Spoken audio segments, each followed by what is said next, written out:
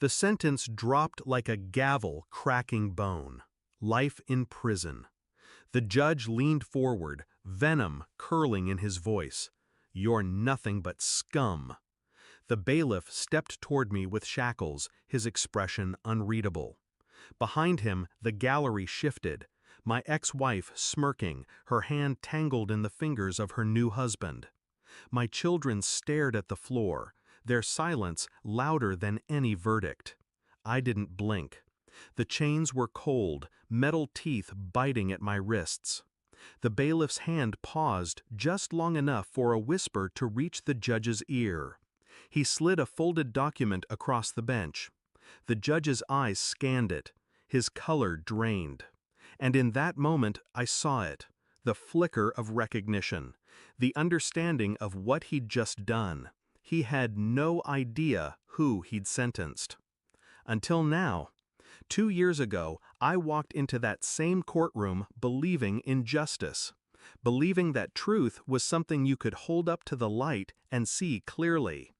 That day, the judge tore my life apart in under an hour. My ex-wife's lies painted me as violent, unstable, unfit to breathe the same air as my children. She didn't even look at me when she said it. He gave her everything: custody, the house, the accounts I built over 20 years. He handed my children over to her new man, a stranger who had been in my home while I was still married. I left the courtroom that day with nothing but a file of forged statements and a hollow chest. But losing was never my weakness. Patience was my weapon. It began quietly, a pattern of late-night calls to a single number, a real estate transaction buried under layers of shell companies.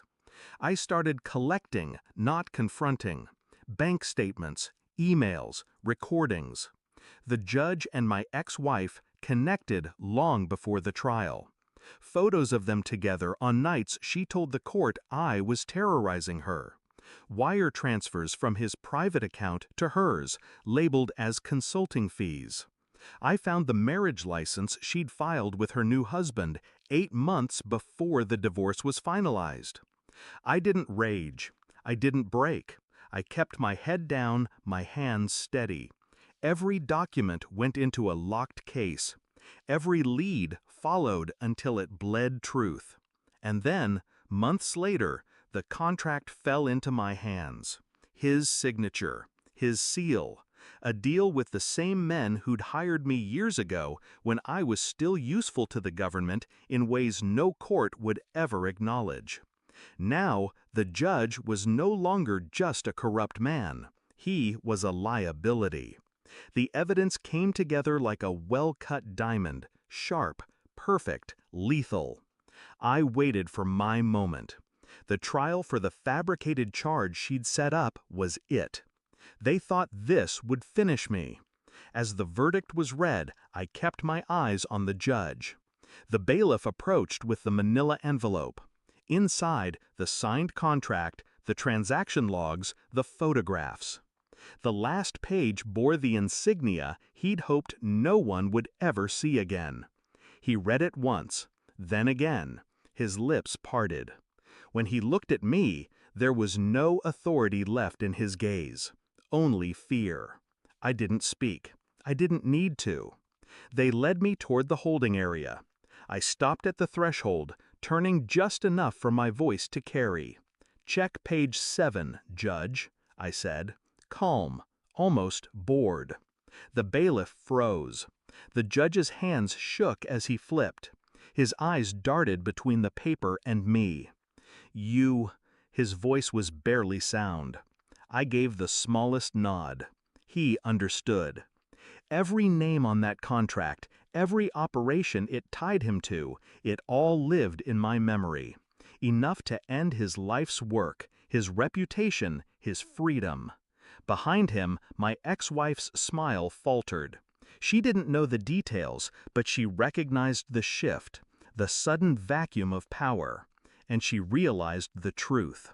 The man she thought she'd destroyed had been holding the detonator the whole time. They'll reduce my sentences. Not out of mercy, but necessity. He'll make sure of it. He has to. In a week, maybe a month, he'll come to me quietly, through intermediaries, with terms. The charges will dissolve, the record will vanish, and the man who called me scum will spend the rest of his life wondering when I'll decide to open my mouth. My ex-wife will watch from the sidelines as the judge she aligned herself with crumbles, his protection gone. She'll lose the house, the accounts, the new husband who only wanted the illusion of power. As for my children, I'll wait. Not for their forgiveness, for their understanding. Patience is my weapon, and I have all the time in the world. Moral of the story: power doesn't come from winning in the moment. It comes from knowing when to wait, what to hold, and how to use the truth when it will cost them the most.